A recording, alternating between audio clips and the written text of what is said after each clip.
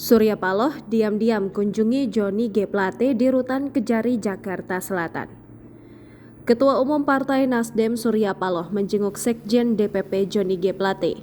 Surya Paloh menjenguk ex-Menkominfo yang juga mantan Sekjen DPP Partai Nasdem itu di Rutan Kejaksaan Negeri Jakarta Selatan sekitar pukul 9.00 waktu Indonesia Barat pada Rabu 31 Mei.